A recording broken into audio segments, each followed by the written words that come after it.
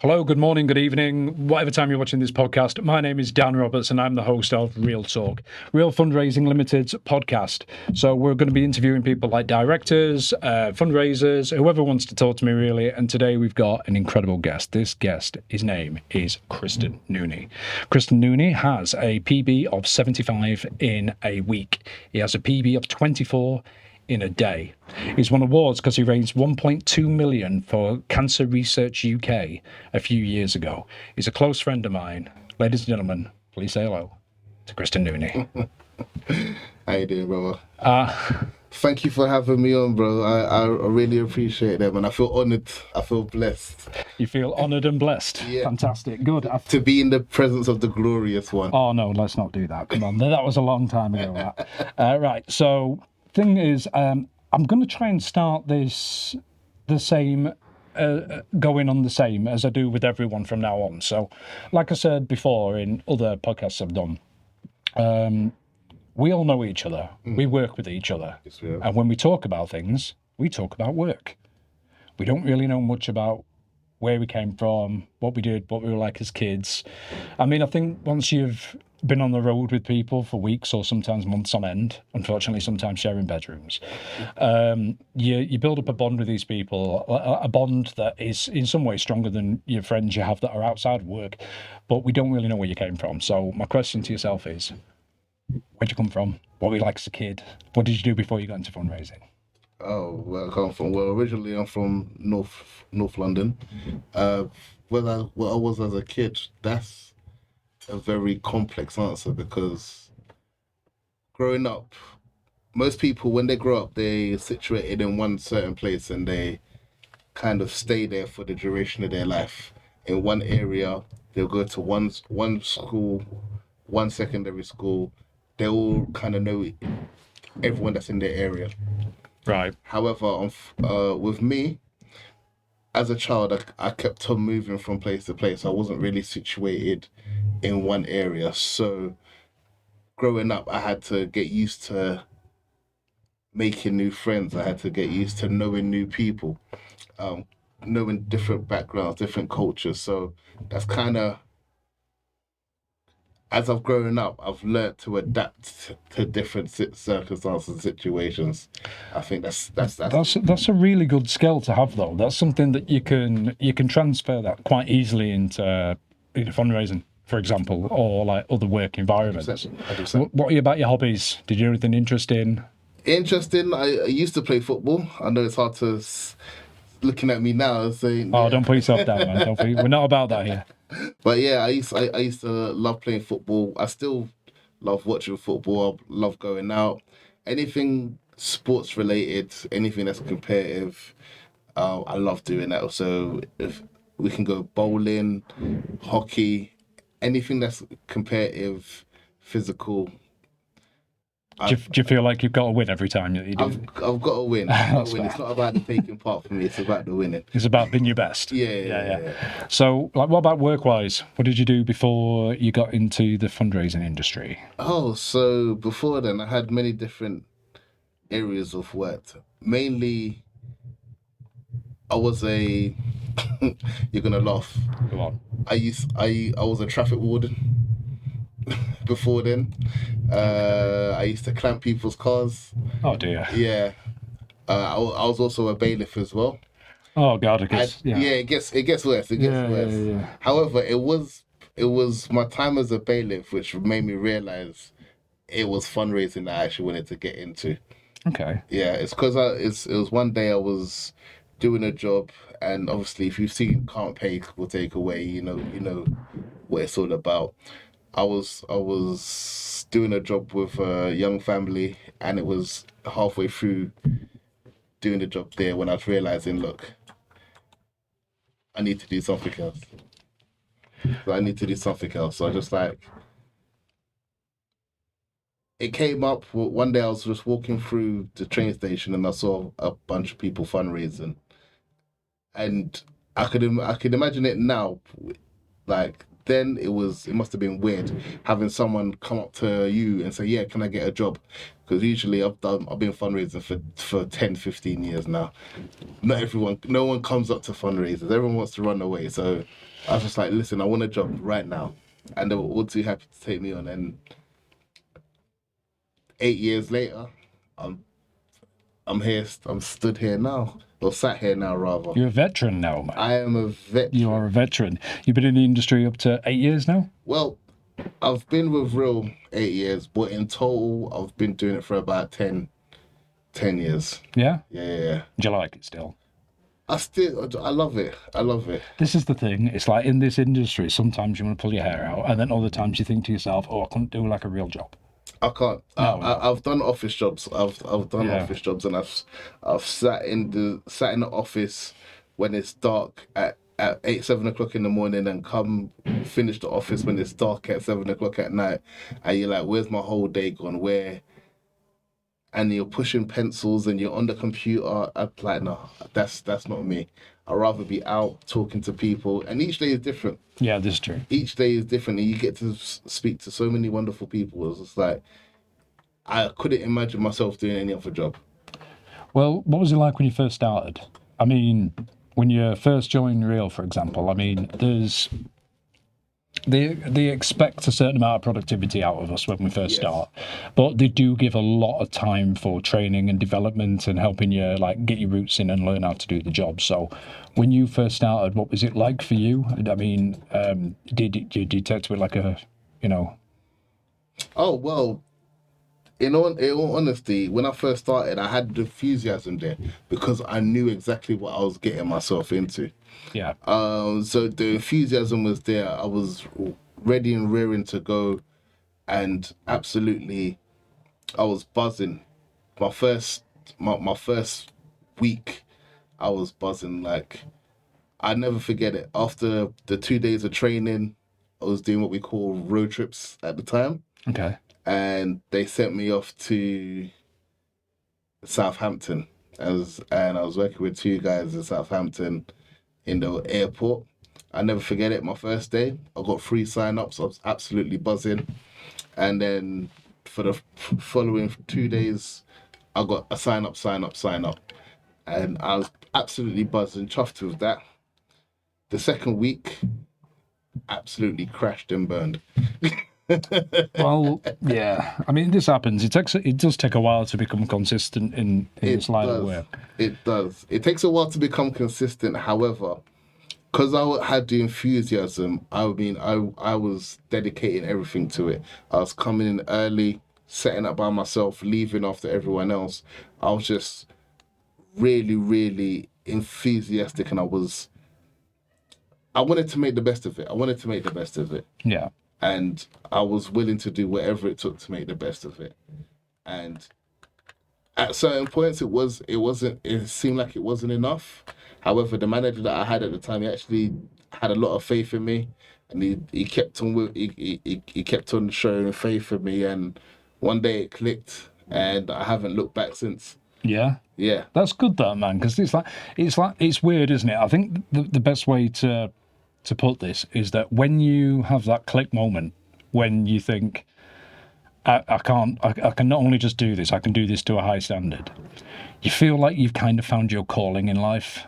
Do you know what I mean? Because it's like with me, I mean, I've done lots and lots of different jobs, everything from security to, at one point, believe it or not, I was putting fluorescent stickers on the toys of Basil Brush in a production line. You know, I've done everything. You didn't tell me about that. No, I don't tell many people about that. But now I just can't picture myself doing anything different to what I do now. I mean, this is different for me, but this kind of fits to my personality though, because I talk a lot, which is good. Yeah. For this anyway. I like your hat, by the way. Where'd you get your hat from? This is my own brand, Diamond Black. You've got your own brand for your hat? Yeah. So go on then, take it off and show the camera, or get close to the camera so they can see it, and I'll plug it for you. There you go. So that Diamond Black London coming out next year, in all major stores. So yeah. Have you got an Instagram or anything? Or? So we're setting up everything. So what you can do, you can go to my personal Insta, and then I'll send out newsletters. for everybody Okay. when everything is up and running. So we're in the middle of doing everything now. I'll put your Instagram at the bottom, Yeah. a link for people to see, so they can get to it that way. So yeah, follow the personal Insta, and then I'll send out newsletters when Diamond Black's ready to launch spring of 2026. Cool, man. So, like, what's the plans for the future? Do you, where are you going from there? So, what is it you're currently doing under the Real umbrella? What is it you're... So, currently, I'm down as what you call a sole trader. However, I am going to be launching a second fundraising company within the next few weeks. Okay. That will actually be under the Diamond Black umbrella. Okay. Yeah. So we're gonna be kind of like Diamond Black Incorporated, and I'm gonna be setting that up so I can be taking on different things and branching out. So e-commerce, we're gonna be doing a lot of different things. So it's not just gonna be in the fundraising sphere. It's gonna be marketing and sales as a whole. Okay, that's interesting. Yeah. The stuff like that I find fascinating because you kind of get into this industry just from working like a normal 9 to 5 and being on a wage, and the amount of stuff that you learn while you're here by speaking to other people, it literally betters your You know life. what you got to understand first and foremost, we are in the business of people. This is true. People are gonna buy from you because they like you. Yeah. You see. So the thing is, when the more you talk to people, the more you network, the more you have to offer, the more you realize, actually, I can learn from this person. It could be a random conversation that you have on the street, but that random conversation can actually spitball into something completely different, and it can take you to the sky's the limit. So it's just through sheer conversations that I've had with random people while fundraising that's allowed different opportunities to come my way. Yeah. So yeah, and that's the beauty of doing the work that we do, because first and foremost, like I said, we're in the business of people. This is true, yeah. I mean, not just the people we speak to, the people we're helping, the organisations that we help as well. Exactly. How do you deal with the stress, the rejection? Because let's face it, a large percentage of what we do is being able to cope with getting rejected. Yes. I get it. People are on the way to work. People are on the way home. People are in a rush. I understand this. Some people generally can't afford it and to be able to help, and I understand that's fine. But obviously we get those moments then when we actually sign. We meet someone fantastic that's caring, thoughtful, sees the value in what we do and wants to get involved. And that's no better feeling, especially when it's happening all the time. Unfortunately, it doesn't always happen all the time. Sometimes you could be 3 hours without this happening, 4 hours, or on the very rare occasion, a whole shift. You could be a whole 8 hours. A whole 8 hours of... And then get 5 in the last half an hour. That's what's mental. Yes. And that's the thing. That's just grit, isn't it? It's just sheer determination. You can actually go a whole day and only get 1, and then the next day get 15. This is true. It doesn't happen all the time. It does happen. It does happen. So, I mean, me and you've known each other for quite a while now, haven't we? Yeah, I mean, we've known each other. We've worked together a lot. So, onto for that question, right? How do I deal with rejection? It's first and foremost, it's understanding what you are. Okay. What are we? We are charity fundraisers. No, we're not. What are we then? We're professional note takers. Professional note takers. Yeah. Okay. So you have to understand that first and foremost. 95% of people who you speak to are going to say no to you. Okay. That's the name of the game. So you got to get as many no's as possible out and be happy with it. You have to be excited for getting the no's. In the same breath, though, even while we're getting no's, we're still spreading the word of the charity. 100%. For example, not to blow my own trumpet, because everyone that knows me knows that that's not something I'd ever do, but I spoken to a lady, I can't remember where I was working, and I can't remember the campaign, so that's not a good start, but I did speak to it was Centrepoint, and I think I was in Oxford, and I've spoken to this lady, and she was lovely, but she literally just said direct debits isn't something she likes to do. and she actually went directly to the charity and made a £200 one-off donation. And I somebody told me about that. Like, I got me tap on the back and well done, Dan. And this goes to show that even the conversations where people say no when they walk away, it doesn't mean that they're not going to help the charity. It just means that at that moment, in that time, on that day, it just wasn't for them. It just wasn't for them at that time. Yeah, exactly. It's always knowing. I feel the way I take rejection is I welcome it. So something I haven't really told anyone. I've never told anyone this, but on a podcast that's going to be posted on YouTube for everyone to see is a really good place to start. I feel like whenever I put on a piece of branding for a charity. Can I just stop you there before you say anything else? Do you look at it as like a superhero costume? Yes. Yes, same. So I wish that when I was wearing my branding that I was in real life the person that I am when I'm fundraising. Oh, 100%. Yeah. 100%. I feel invincible. Yeah. When I put on a piece of branding and I can talk to anybody. Mm-hmm. Unfortunately, when I take it off, I feel like Clark Kent. Okay. So Clark Kent and Superman, the same person, but when you got the Superman with his cape on, he's ready to roll. He's ready to rock and roll. He's ready to go. Clark Kent, he's very demure. Yeah. He's very mindful. So that's how I look at it. I can't believe you've never said that to me. I think the same thing as well. But before I start each shift, mm-hmm. the first thing I do before I speak to anybody, I always say to myself, all right, Kristan, let's get the first no out the way. Yeah, you do actually. I'll confirm that, yeah. So I always say, let's get the first no out the way, because it's less like, when you first start, especially if you're new and you've never done fundraising or you've never worked face to face, speak to anyone on a cold calling basis, that anxiety that you build up from just trying to stop someone or talk to someone, your heart starts to palpitate. So just by saying to yourself, all right, let's just get that first no out the way, because and if that person turns out to be yes, then all the better. Exactly. What's that can happen? I say, you stop for me. No. All right, cool. I can get on with my day. Sometimes you try to get that first no out of the way, and they say, yeah, I'll still can talk. Yeah, like brilliant. Today's going to be incredible. Exactly. And it builds you up for the day. Oh, that's one of the best feelings in the world, when you stop your first person and you dialogue that first person, and they sign up. That just sets your whole that you. Floating on cloud nine. Oh yeah, I've what was I going to say now? Well, me and you, we've worked together a lot. Mm-hmm. We've travelled up and down the country, and unfortunately, on more than one occasion, we've had to share a room. Yeah. So I came here yesterday. I'm stopping in a really nice hotel. There was nothing wrong with it. It was beautiful. It was incredible. I didn't sleep very well. It was called Tribe. Tribe? Yeah, it's in a Tribe Called Quest. No, I can't remember. Where was it? It's in. I'm not. You can tell I'm not from London. What's it called? I should know this. Canary Wharf. Canary Wharf. I can't believe I can't remember Canary Wharf, but it was there. It was really, really nice. That's nice. But I didn't sleep very well. Why not? I didn't have my sleeping mask with me. The reason I'm bringing this up is because this is Kristan's fault. Nobody else's, just his.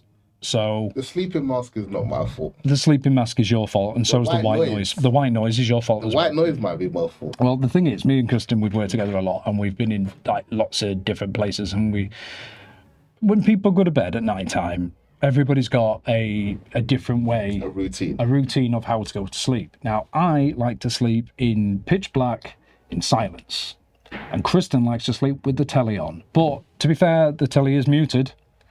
But Kristan isn't. Kristan, honestly, it's somewhere on the Richter scale when it comes to your snoring. I think the urge of 3 doors down. So it got to the stage where I wasn't sleeping. So I ended up wearing a sleeping mask because of the TV and headphones, listening to white noise just so I could get to sleep.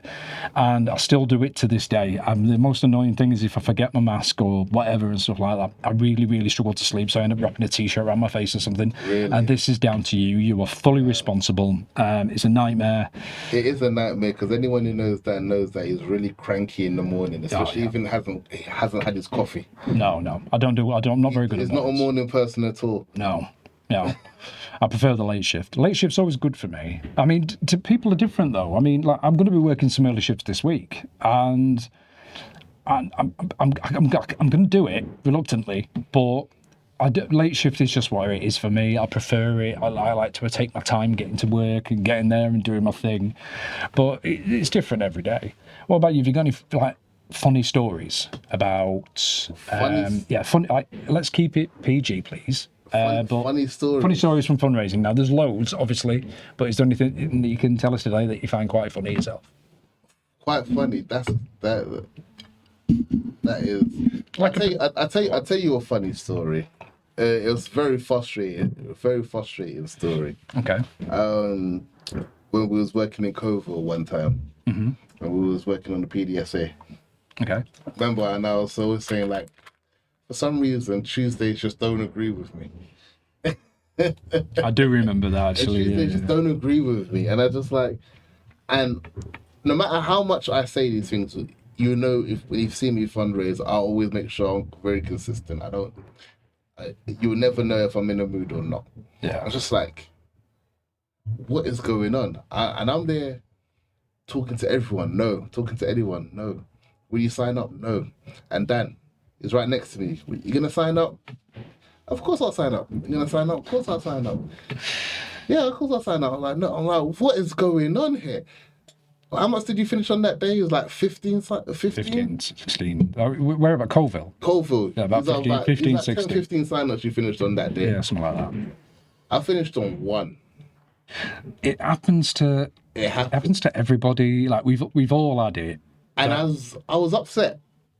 However, the next day, I got 15. You got 15, yeah. So it's literally like, what the hell's going on? It's like all your sign-ups were just waiting for the next day to come all at the same time. And I was getting very frustrated. It was like, anyone who's seen Dan fundraise, you know, he just walks up to someone and he smiles and they sign up. He doesn't even have to say nothing. It's not like that all the time. I've been, you know, like I have my ups and downs the same as everybody else. I mean, I'm working this week. With your highlighted hair in your. I haven't got highlighted hair. My hair's all natural. He's natural now. It is natural. No, I did have it. Show the people 2017. Oh, maybe not. I'll tell you what. I'll put a quick clip of it, like now, for people to see. But yeah, it was like a bit of a midlife crisis thing where I just thought it'd be a great idea to like have silver hair and a black beard. But yeah, I've kind of grown out of that now. This is all natural. I mean, they have took a bit out of the back and put it in the front. Is it? but it is 100% real hair. It's mine. Back and put it at the front. Yeah. It's more relocation. That's basically all it is. It's logistics more than anything else. Right. So basically. With this, what's some advice that you'd give to somebody? You know, like say they just started in the industry, they're starting to get good, they're starting to get consistent. You know, they're getting reasonable scores every single day, and they want to move it up to the next level. What advice could you give to, you know, it's mindset, but what advice would you give to somebody in order to get the mindset where they know that they're going to be invincible? They know they're going to go out there and get what they need to get in the day. I know it's all mindset, but what advice would you give to somebody on that? Preparation. Now, it's all mindset. However, it's knowing what you're going to say. It's knowing how you're going to say it, but also having as much knowledge about the charity as much as possible. When you have in-depth knowledge in the charity, nothing that anyone can say will waver your thinking. You'll be able to, any question that people have, you'll be able to answer because you have in-depth knowledge on the charity that you're going to be working with.